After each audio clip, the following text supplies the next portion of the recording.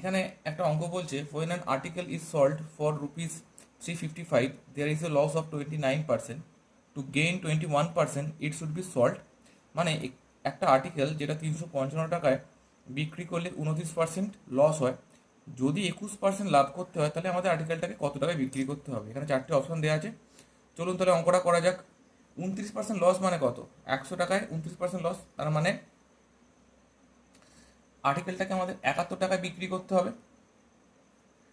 71 টাকা মানেই হচ্ছে 355 টাকা।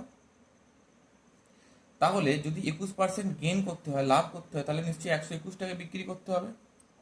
তাহলে এক মানে হচ্ছে 355/71, আর 121 মানে কত?